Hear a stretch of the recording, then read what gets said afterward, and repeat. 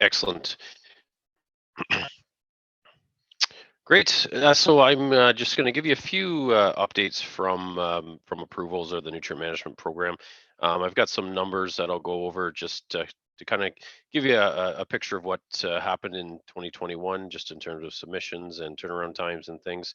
I've got a few updates from the reg. There's been a few relatively minor updates in terms of the NASM side of things, but I will give you an overview of that. And then we've also had an update to the protocol, which again, not major changes or anything like that, but it'll just let you know what's going on with some of the updates. So first slide, maybe. Oh, there it goes.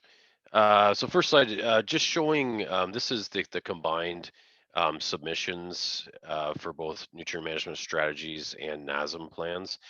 You'll know that we've got one team that does the review and approval of both strategies and NASM plans. So if we have a busy year in strategies, means we have a busy year in NASM as well, because it's the same people trying to get through them. So 2021 was about an average year. We're kind of back to what we expect for both nutrient management strategies and NASM plans.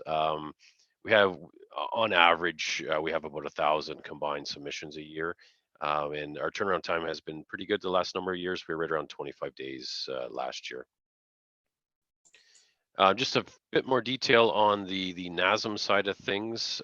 So the top chart just kind of shows you the last 5 years, number of submissions, turnaround time, number of approvals. Just let you know kind of where things landed the last year, and again, right around average. The NASM submissions don't vary as much as the nutrient management strategy submissions. You'll remember 2017, it was a really busy year for us, and we got fairly far behind, and our turnaround times got way too long. And that wasn't really a function of the NASM side of things. It was a function that we had more than 2 times as many strategies come in that year. And again, it's the same number of people trying to get through those reviews, no matter how many come in. So that was what happened in 2017, but thankfully, the last few years it's been back down to normal, and we've found some efficiencies, and hopefully our turnaround time can stay right around where it is. With that, we strive for less than 30 days, and hopefully we can stay with that. Dale does a somewhat informal survey, but a survey each year of the actual land application that happens, and that's the charts on the bottom, just from 2015 to 2021. And you can see here, we've got it broken down by liquid sewage biosolids, solid sewage biosolids, some unlisted NASMs, and then other materials, and then the total hectares applied by year. And this is a survey Dale sends out that a number you probably have seen, and just trying to get a feel or an understanding of the actual land applications that's happening. We obviously get the submissions up front for land that could have NASM applied, and Dale does this survey to get a better handle on what is actually being applied. And similar story as I've said from the approval side of things, kind of an average year. There's about 12,000 hectares had NASM applied to it in 2021, which is about average. So just some of the updates that have happened in the reg. You'll know over the last few years we've had a kind of an open for business mandate from the government, and we've been asked to find and implement some open for business things that make it easier for mainly producers to do business, and agricultural producers, obviously under the nutrient management reg. So there was the removal of the 5-year nutrient management strategy cessation in 2018. And then this past year, we had a couple of reg changes. One, in July 1st, 2021, we had a pretty significant change to the regulated mixed anaerobic digestion regulations under our regulation, or under the nutrient management regulation. And it significantly increased the amount of off-farm materials that a digester can take. Previous to July 1st, 2021, the maximum that a farm could take was 10,000 cubic meters. That has been increased to 40,000 cubic meters as of July 1st. Another big change was that digesters can now take some municipal source separated organics into the digesters. There's a whole there's many rules and regulations that came with these changes. So we definitely tried to balance the, taking more off farm material with the environmental protection and some of the nuisance odor stuff that is potentially an issue from these facilities. So pretty significant work went into this reg, and it's allowing for larger digesters, but also many more requirements in terms of odor management plans, uh, in sealing off some of the off-farm reception tanks and things like that, trying to mitigate the odor, but also allow more of this material to be brought onto the farm. I've got another update in a slide or two just on some impacts to NASMs. There's a new material that I'll explain. Another change as of January 1st, 2022, was the removal of the cessation of the agricultural operation planning certificate. We would kind of refer this to as the farmer certificate. So this is the certificate that a farmer would get to do his own nutrient management strategy. He or she, obviously, to do their own nutrient management strategy and plan. This was something that industry was asking for, and it was about removing barriers for producers to do their own strategies and plans.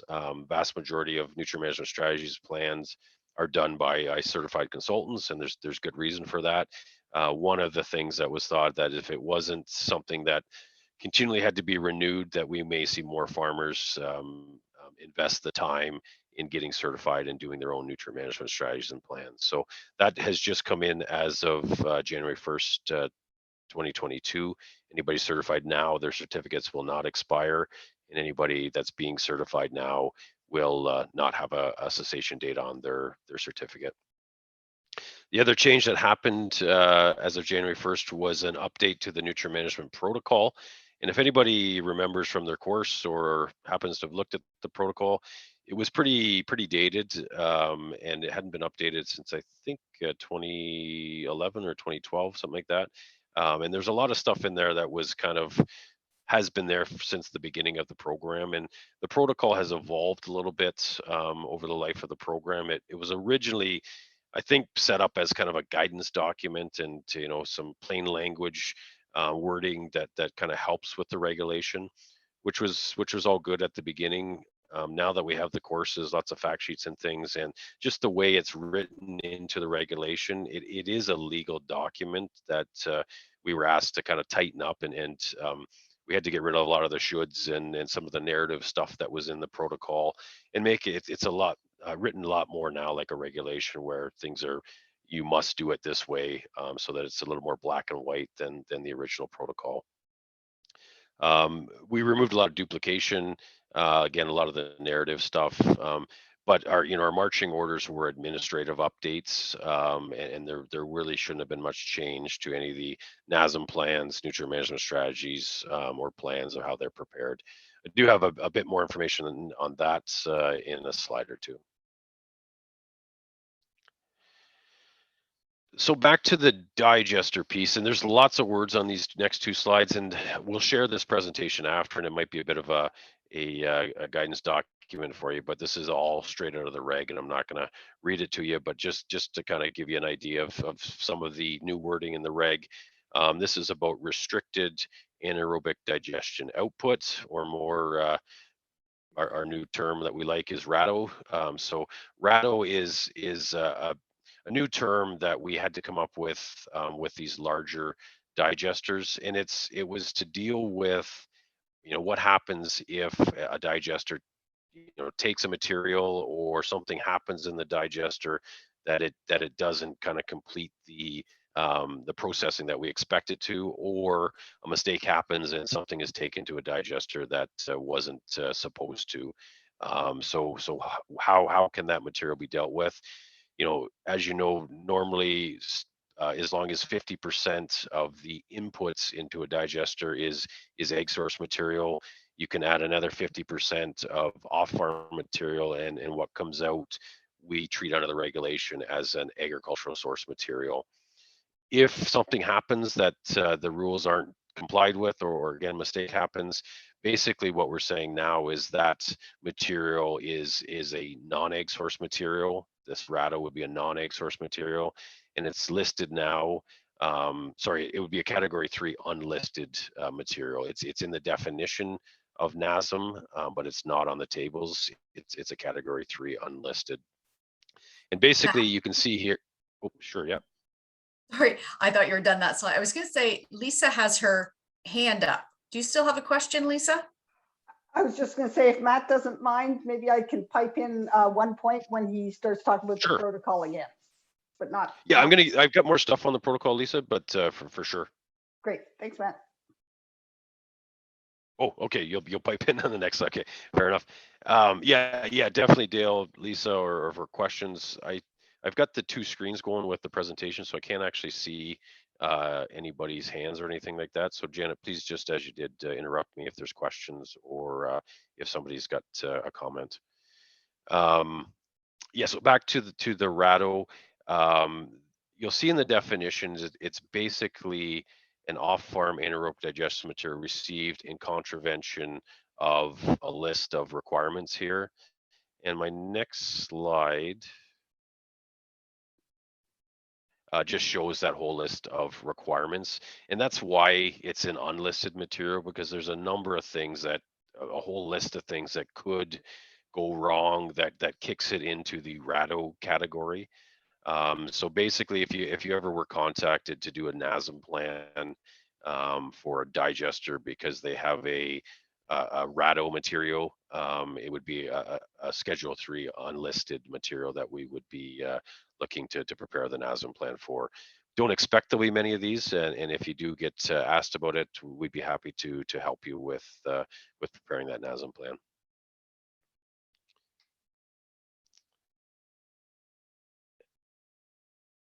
Sorry, and that's just the final piece on what could trigger rado if the metal analysis is not met. So protocol update, and yeah, Lisa, Dale, anybody who wants to add anything to this, please do. So the administrative updates to the protocol, the new official version is November 10th, 2021. You'll see it posted on our website. I've got a link here. Ridgetown's got a nice spot on their website that gets you there just as quick. If you are Googling, just make sure you use 2021 and make sure you get to the most recent one. We're going through a change in our website as well. You'll see this is on ontario.ca. You may be used to using the OMAFRA website. In the pretty near future, everything will be on ontario.ca versus having individual ministry sites. So that kind of complicates things a little bit, but this is where the new protocol is posted. You can print it as a PDF. I've tried that. There's a kind of print all function, and that's how I did it, so that I've got a PDF version that I can search for things if needed. It's a relatively compact document. I think it's 24 pages or something like that, and do encourage you to take a look at it just to see what has changed. You'll see there's a lot of revoked sections, just stuff that was duplicated of the reg or just not needed anymore. So it is kind of a cut up looking document, but hopefully it serves the purpose that we're looking for.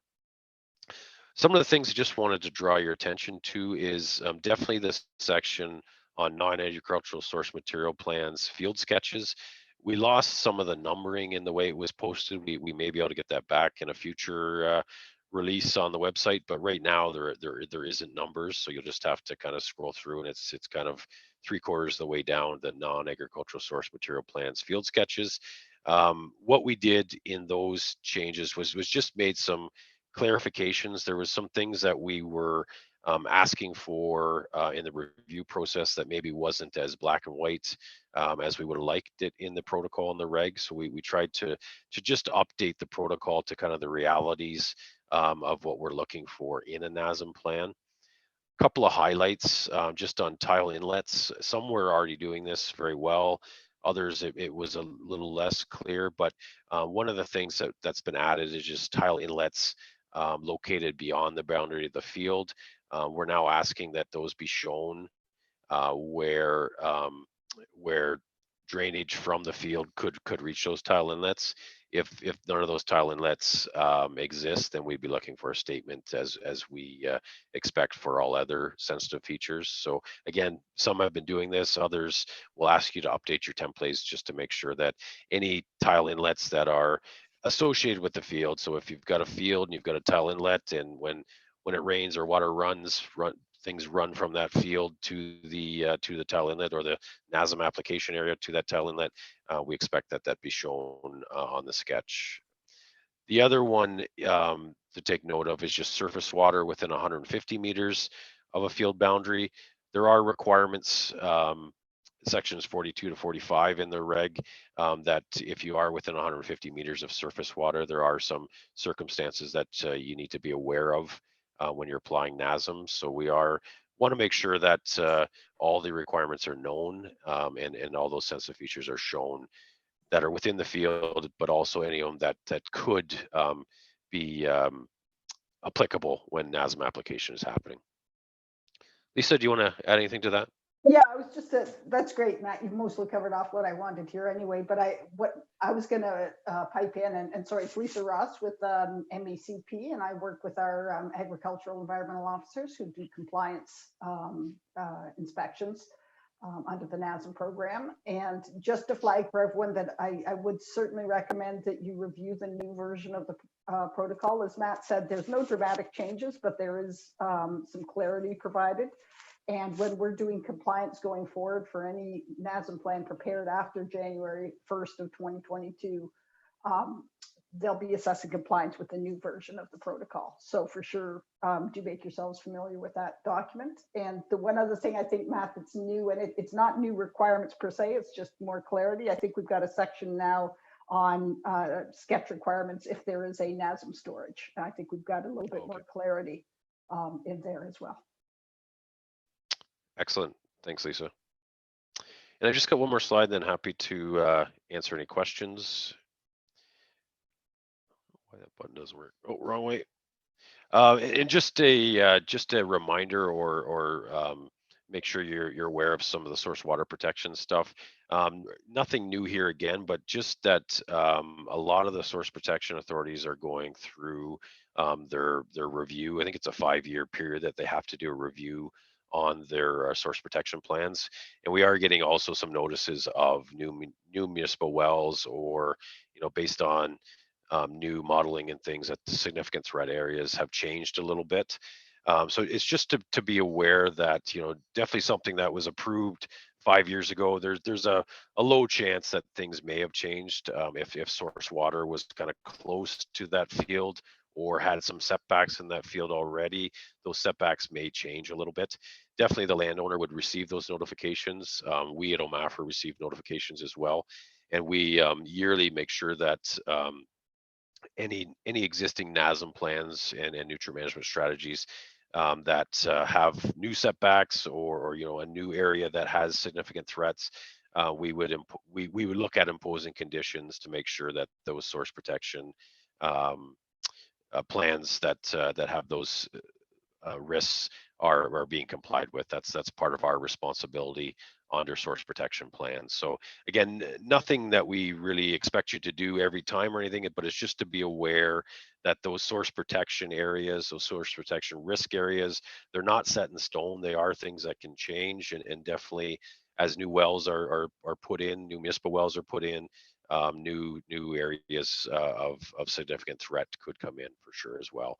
And definitely, if you've had a NASM plan prepared and approved 5 years ago and you're doing it again today, definitely check the source water protection stuff again as you're submitting, because it could have changed from 5 years ago, and just saves us some time if you know up front that it could be an issue. So again, nothing we expect you kind of to do anything different, but just to be aware that those areas can change a little bit. It's not something we're seeing often by any means, and the vast majority of NASM plans do not have significant threat areas in them or policies that apply to them. It's just those few that do, those areas can change, and areas can kind of be brought in under those source protection plans. So with that, that's my update from approvals, and I'm going to hopefully stop sharing here maybe so I can see the screen if there's any questions. There we go. Any questions, or I will pass it back to Janet. Matt, I've got a question here. What is the process to farmers to challenge the assessment level? I assume that's source water protection. Do we know who asked that? Yeah, that's correct. It's there's source water protection areas that in the past we've tried to get reviewed.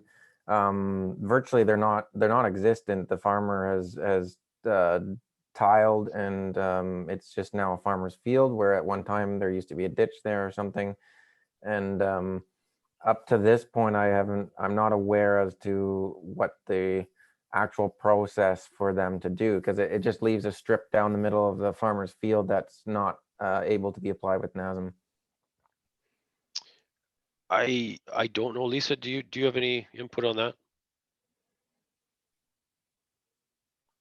Hey, Matt, yeah, you know what, I think we'll need to check into that to confirm the actual logistics. I know that would require an amendment to the assessment report that forms part of the source protection plan. So I think the appropriate thing to do would be to contact the Source Protection Authority, which is typically your local conservation authority, and speak to them.